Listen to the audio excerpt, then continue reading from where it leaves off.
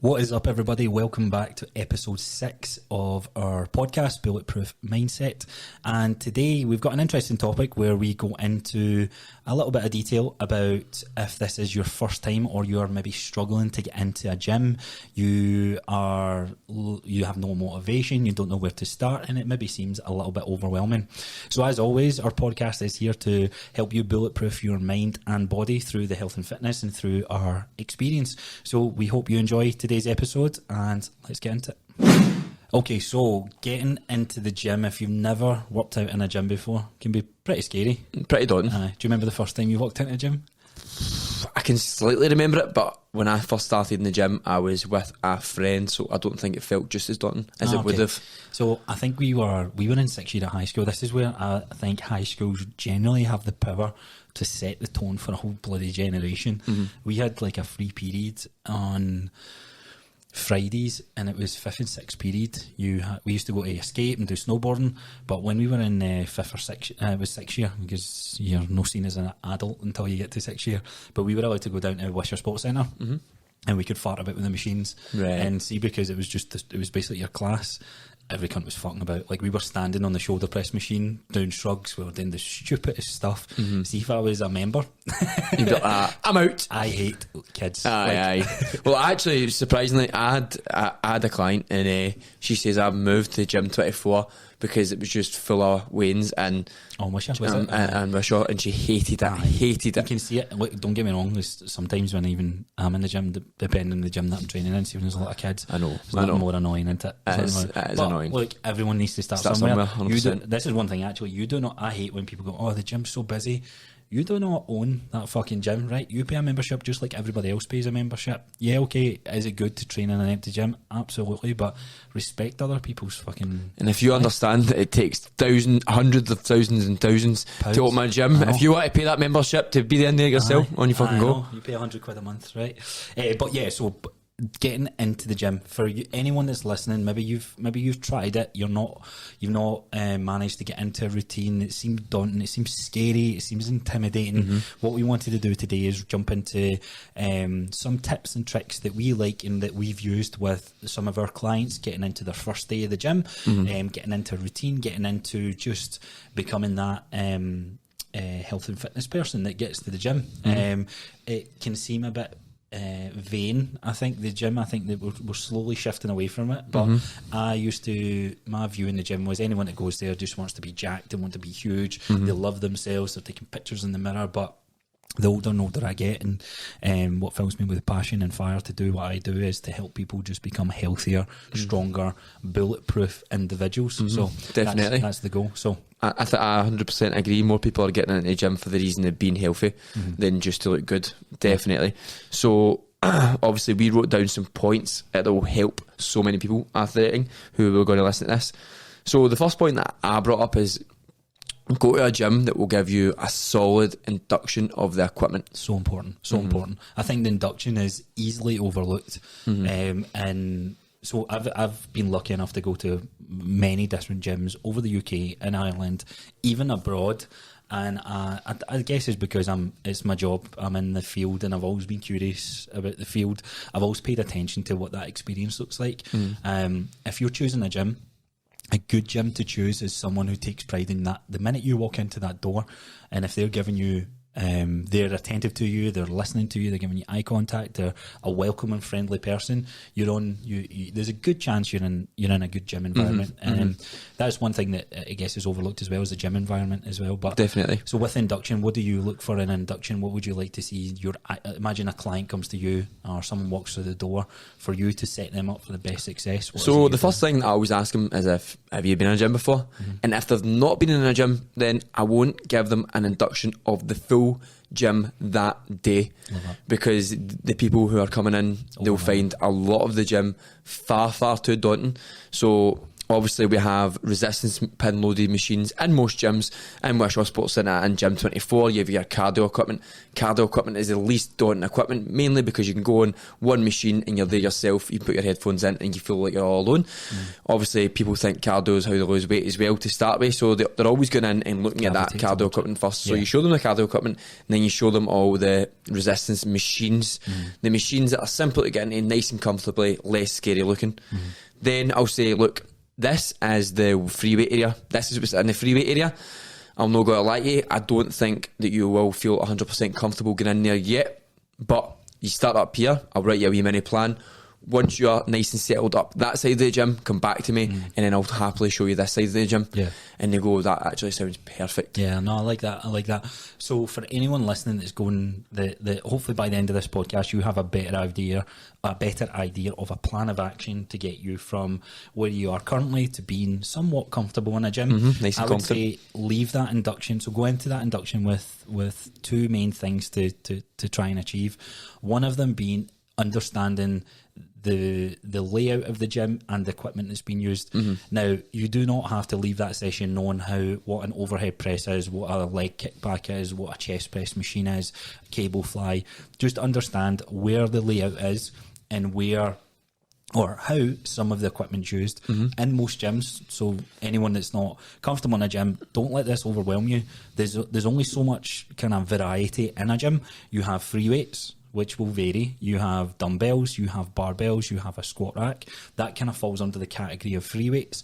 And all free weights really is just exercises that you can do that require a little bit more technique, a little bit more control, stability. And these are why these exercises are ideally the best where you want to go. However, this is where I like machines. Machines, even though I don't necessarily do them, I like machines because there is only one path that machines can move. So I would definitely go into there knowing that, right, how do you use some of the machines? How do you use, where is the machines located? How do you adjust the seat? What's the mechanical movements? I think what you've just said there is extremely, what's the word I'm looking for? About adjusting the seats. Aye. So if you know how to use every part of the machine, not just how to use the machine to do the exercise, how to set up that machine, even if it's just at one wee button.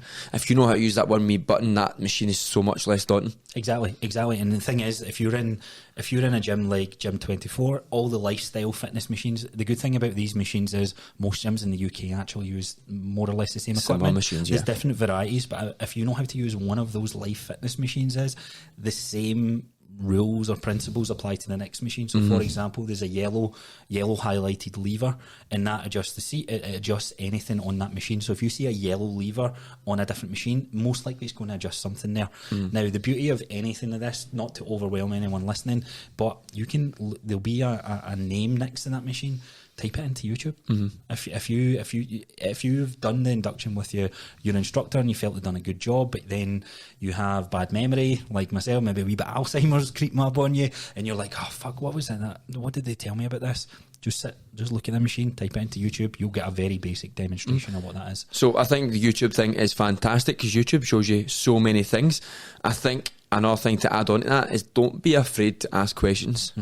Do you know what I mean? Yeah. If you weren't sure of something during that induction, ask. Yeah. You know what I mean? You don't want to be leaving that piece of equipment and not understanding it because you won't go back. Yeah.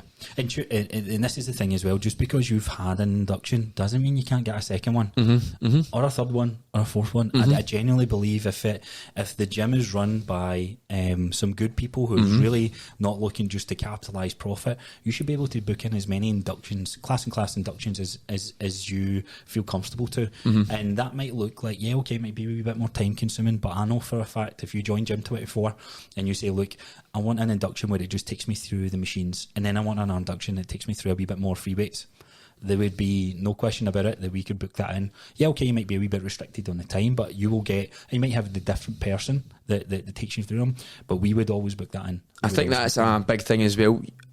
I know it might seem daunting, but you need to find the correct gym that will put you through this process. Yeah. So as you say, Gym 24 will put you through this process because me, you, the other PTs, the other level 2 fitness instructors, they will all be happy to show you things again. And if you're in a gym where you go up and ask, look, I would like to see this again, and they say, oh, well, we're busy, or we showed you this before. We showed you this before, then my advice to you is probably leave and go to a different gym and find a better environment for you, especially if you're starting out, especially if you're already finding it daunting, then go to somewhere else. I'd be so pissed off if somebody done that in their gym, because you are a representation of the gym I work in. I'm a representation of the gym you work in. If you're giving a bad service to someone, that relies on me as a self-employed personal trainer. Doesn't matter, like, I'm here to create the best experience for that person.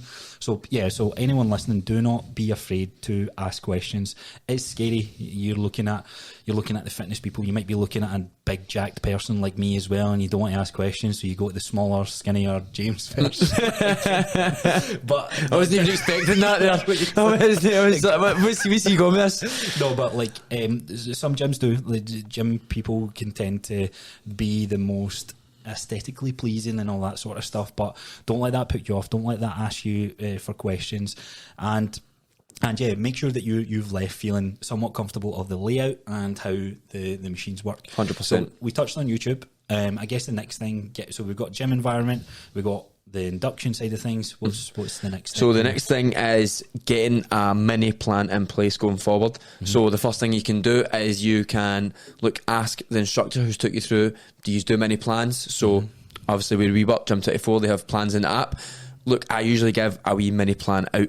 Yeah, I tell them, I usually give them 12, 10, 8 reps. I use the reasoning, look, we do 12, 10, 8 because you need to up the weight. If you done 12, 10, 8 the same weight, it would be easier and easier.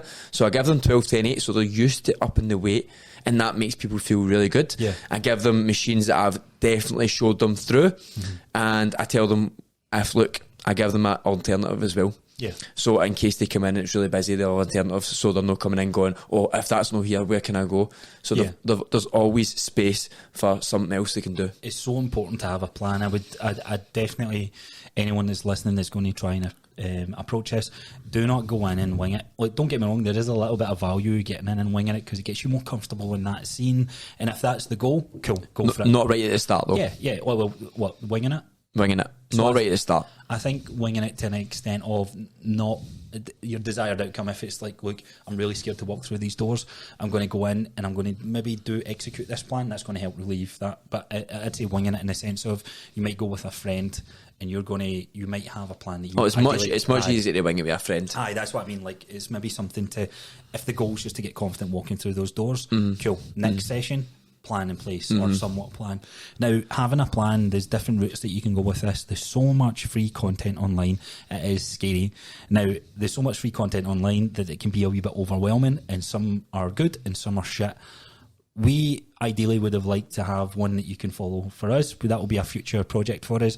However, at this moment in time, one of the best ones that I've seen is Gavin McKinney's. He has an awesome one. We'll leave a link in our description, no matter where you're listening to this or watching this, that will take you to his page. But he is on Instagram at Gavin. At just Gavin McKinney. So it's GAVINMCKINNEY. I'm dyslexic, so I can't spell, so that was really well done. Easy peasy. But yeah, in his bio, he's got like a free full body plan that's like 2-3 sessions. Definitely, that is a good starting point. Yeah, 100%. If you don't like that, again, maybe just picking one exercise per body part, like one for your shoulders, one for your chest, one for your legs. More so squatting partners. You've done a good Instagram video as well, actually, which we'll reshare this on our story. Or repost it, actually. We'll repost it on the Bulletproof Mindset UK page on Instagram. But yeah, so having a plan, it's so important that you have a plan in place. 100%. And then it moves on to your PTs. You get a good PT. And that is that simple. Yeah. And as I say, you said it right, as a coach. I mean, PT, we're personal trainers, but a coach is a better word for it, because we coach you to be more confident. We coach you to do the right things. And getting a coach, you might be sitting thinking, look, these guys are just trying to make money then now. But that is not the case. I've had so many people walk in that door, look at me, be scared. Like, I had one woman who was shaking a little bit the first time. She said I made her feel so comfortable. She's now coming into the gym herself at peak time, going into the free weight area and doing her own training, and that's 2 months in. Yeah, that's one thing I was going to say. Like, people might think it's, like, don't get me wrong, cost of living's going up. Prices for personal trainers, yes, it's a big investment. Trying to choose the right PT, I guess, is the debate that's going to be different for everyone, different to each of your styles, different to wherever you are in your journey. But having a coach, someone that can guide you through that process, one, doesn't need to be forever. Two, at the most, depending on your circumstance, I would say you would not need them any longer than 3 months, so 12 weeks, so it's a block. Some people might even, I've done it with people that I've taken on within the first month. We've managed to get them. In fact, I've had so many different people, different experiences, different ages, different circumstances that we've managed to get them from not going into the gym to being able to go in the gym, working on that confidence. And at the end of the day, it's reps. It's like just consistently doing it. It's an exercise. You do a couple of reps and they're a wee bit shaky. The next time you come to do it, you're a little bit stronger. It's the same with walking through those doors and executing that plan. You will get better at it the more that you do it. Now, that doesn't mean come to the gym every single day. So in terms of frequency, this was the next point. No one needs to be in the gym 5, 6, 7 days a week. If you want to, yeah, okay, you can. I guess there's some things I would consider if that's the case. However, 2 to 3 for most people is going to be the sweet spot. 100%. If you are a complete beginner, you do not need to be adding any extra stress onto your days where you go, I need to go to the gym today. No, you go to the gym to be more comfortable at that time. Once you're comfortable, then you can actually start stressing about going more and putting more effort into your workouts. Exactly. And look, I guess so within those workouts, within the plan, within the gym environment, one thing that you should be chasing is not soreness. It's not till failure. It's not okay, I've lost my train of thought, but it's not none of those things. It comes down to perfecting the technique. That should be the ultimate goal, whether you're following a strength plan. I think what you're trying to say there is it's not about being perfect. Yeah. That's it's not. So many people have that perfectionism, and you need to get rid of that perfectionism because look, at the end of the day, you're going to be fucking shit. Yeah, we all are. We all were at the start. You're going to be pretty poor at most of the things you try and execute in the gym. If you understand that and you are okay with that, you will get better quicker. And then that's when the confidence truly comes out. And see, when I say get better quicker, that will take, as you say, with a couple of reps and doing things consistently, 2 to 3 to 4 weeks. Yeah. That is all it takes if you're comfortable with being not good at the start. If you want to go in and be perfect, then it'll take longer because you try to be perfect straight away. If you go in, look, I'm not going to be very good at this. You're not very good at it, but you're going to listen to whoever's telling you what to do, whether it's a YouTube video, whether it's a coach. As long as you listen to them, then you'll be better in 3 to 4 weeks, and that confidence from there will skyrocket your performance. And a bonus tip here as well is if you're going down the YouTube route, or you're listening to this podcast, you're hearing different opinions, different experiences. Again, I said it on the last episode, there is no right or wrong, so don't let that overwhelm you. That's really what pushes everyone away, because they come into the gym, and I've been so guilty of this, and I kick myself from when I look back at some of the old videos I used to post, and I see someone, they're new into the gym, and they're doing machine exercises, and then they see a video from me saying machine exercises are crap, and then all that does is, well, he's saying they're crap, and then they see, oh, James says they're good, or such and such says they're crap, but I'm so overwhelmed, and then it just switches that person away from health and fitness. So I understand what you're saying. Like, if I put up a video saying this is a good workout split, and then my client's looking at me going, well, I've only got the 6 exercises, and that doesn't even slightly match up with that workout split. Look, if you're a beginner, you're going to be doing something completely different for when you're intermediate and advanced. You're going to be doing random workouts just to get you that confidence. And do you know what I love about beginners? So if you are a beginner and you fall into this category, no matter what you do, you're going to see results. That's the beauty of it. Can there be a path that gets you quicker than that? Yeah, okay, but like at the end of the day, shift your mindset from the weight loss goal, from whatever it is, to, you know what, I'm going to get more confident in walking in these doors and following a routine that I can do on my own. Now, as we said, different avenues. Hiring a coach is probably the best route to take. However, finances and that can be a wee bit tight. So there's plenty of free resources from great coaches like ourselves, like Gavin, like anyone at Gym24, and there's many other coaches online as well. Follow something that you are comfortable to, and and one that you also enjoy, I think is the best one. I agree with everything you just said there. Yeah. So last point, I guess. Well, any more points? I guess with getting into. So I think the other main point is, like, there's so many things in life where you're like, I'm not really going to try. So what I think when you're starting the gym, you go in with the mindset, I'm going to learn, and you want to learn proper technique. You learn that quickly, you'll be much more confident going into the other areas of the gym. So many people go into the gym and go, I just want to lose weight, so I'm just going to fucking do this and get out. Don't go in with the mindset, I'm going to get in and get out. Go in with the mindset, I'm going to go in, I'm going to learn, I'm going to leave, and then I'm going to go back and do the same thing slowly but surely. I like what you said there. So intensity wise as well, that can be different from person to person. Like if you're going in with that mindset, like you said, you're going to have a far better success story than someone who's just going in and mindlessly moving through it. So no, I like that. So walking through those doors and getting into the gym, like you say, that's ultimately the goal here. There's many different other components to health and fitness and to pursuing your health and fitness goal. One of them being nutrition. Nutrition is a very complex subject. However, it does come down to the simple fact of you need to burn more than you consume, and there's many different strategies of applying that. The best tip, I think I've got a tip, you've got a tip. So what's your favourite tip with that one? So I think we have both tips. All our tips are pretty similar. I think one of the main thing is eat less processed foods. Yeah, that's a good one. We were just talking about that another podcast that we're listening to, they go into that the studies that are produced that have been reported on, where there's two groups of individuals. One group of individuals are allowed to eat as much processed foods as they want, and the other group of individuals are allowed to eat as much non-processed foods as they want. So at the end of the day, it's kind of free will. And what they've found is that on average, the people who eat processed foods, so processed foods would be like stuff that's in wrappers, stuff that's pre-cooked, like many different things, but those individuals can consume up to 15% more calories than the ones who eat non-processed foods. And another point of that is, look, you're eating more calories, but you're also burning less calories because processed foods will slow down your bodily functions, your metabolism. Yeah, and what's needed to digest that food as well. Exactly. It has a carry over to your mood. Like, there's so much. This is going to be a separate episode where we talk about some tips to get into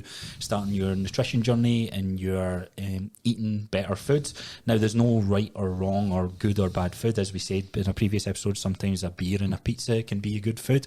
Sometimes it's not. So it's just knowing what is the desired outcome for what that piece of food is going to be. But cutting down on processed foods is definitely something everybody should look into. It's a good strategy because you have five large McDonald's fries in front of you. I would guarantee most people listening could crush that, could eat that, no problem at all.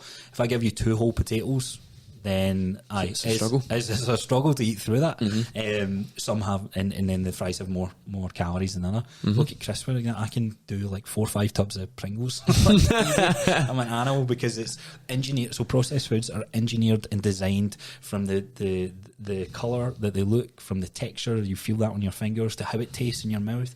They're engineered to make you want more because it's marketing. It's a money making machine. So hopefully we got any more points then? So another point is just simply drink more water. Drink 3 to 4 litres of water a day. Yeah, so I think drinking more water, because it kind of checks you, are you truly hungry? Sometimes it's a craving, and understanding what a craving is and what hunger is are two different things. Now, the 3 to 4 litres of water is an interesting one. The more and more people I've worked with, 3 to 4 litres of water is actually a lot of water for many people. So what I would say is, rather than having a hard target, assess really where you are and add a litre on. If a litre seems like too much of a goal, I can agree with that, but I would say build up to having minimum 3 litres. I would try, absolutely. Try and build up to that. I just drank 2.5 litres of water in my session. Is that what you need to pee? Who stopped this podcast like 9 times to pee? But drinking water allows you to kind of check yourself. There's no magic formula in it. It's not going to help you lose weight. It's as a byproduct of that behaviour of consuming more fluid. It stops you eating more because you're not necessarily hungry. It's a craving that you've had at that moment. So that's 2 absolute simple tips that if people added into their, doesn't matter, you do that one thing, those things. If they add it in their lifestyle, they would lose weight. Yeah, and that's it. And I think as well, like, this is about getting into the gym. ideally, yes, like lifting weights is one of the best things. This is going to be a separate episode as well. Lifting weights is one of the best things you can do to bulletproof your mind and body to anything outside the gym, whether it comes to chronic diseases, whether it comes to lifestyle challenges, whether it comes to relationship challenges.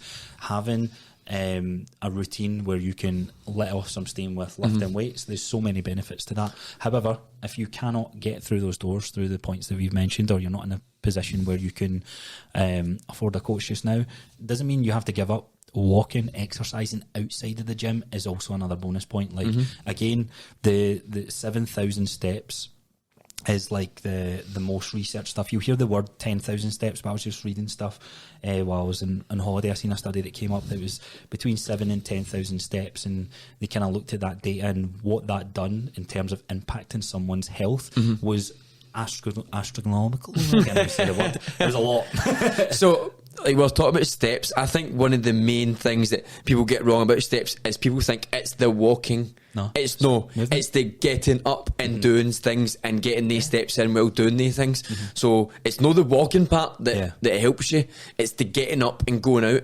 The more you move, the more you want to move. The better you eat, the more you want to move. So I was saying this to somebody the other day. I says, you need to eat more food so you want to move more. If you keep eating that amount of calories, you want to sit in your arse and do nothing. Exactly. And then back to the processed food that makes you feel crappy, make you want to slug out. Exactly. Because you've associated. The reason I've caught myself doing this, like when I buy processed foods or when I buy like sweets and crisps, and I'll do this from time to time, I've associated that with movie nights and gaming. Like, so what do I want to do? My brain is programmed to sit in my arse, put my feet up and munch away. And don't get me wrong, I'm mindlessly eating food. Well, right, so I'll go into that a wee bit more then, since you've just said that. It's not actually like, you don't actually think about it as gaming, but one thing gaming does is it spikes your dopamine.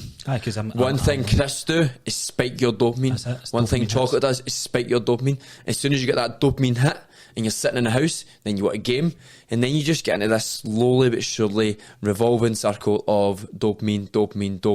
It's a drug. It is a drug. It is a drug. So hopefully that gives you some tips and tricks to get into the gym, maybe even just start exercising in general. Like, don't, like we were saying about the steps, it doesn't need to be a set figure. 100%. Buy a tracker. Just move more. It's inexpensive. Find out where your movement is. Challenge it by 500 steps within that day. Challenge it by 1,000. Slowly but surely add a little bit to that over time. Do you sit at a desk for 8 hours a day? Why don't you stand for an hour? Yeah, or not even an hour, stand for 5 minutes. Start it off nice small, 100%. Yeah, I love that, because people are like, that's a big jump. I had this challenge where when I first became a PT, it was like, right, okay, we're going to do this, we're going to do that, and you're going to hit 10,000 steps. And then the more I started doing that, I was like, okay, I've got someone here who's only walking 2,500 steps a day. 10,000, that's like, no chance. No way. That's fourfold for what they need to hit. Okay, let's try 3,000. In fact, actually, what I've done with that person is I was like, let's try 4. And in my head, I was like, 4's easy. That person fed back to me saying, I'm struggling with 4,000 steps. And I'm like, okay. So as a PT, I could have went, nah, that's not good enough. You need to push through. But there was an element where I had to go, you know what? Let's try 3 first, right? Let's bring it back down a step. 3,000 became 3.5. 3,500 became 4. To the point now where I've just seen the guy, and he's posted on his Instagram. So this is Gary Ramsey. He's went from back in February not even being able to hit 3,000 steps to almost completing 4 or 5 million steps this year.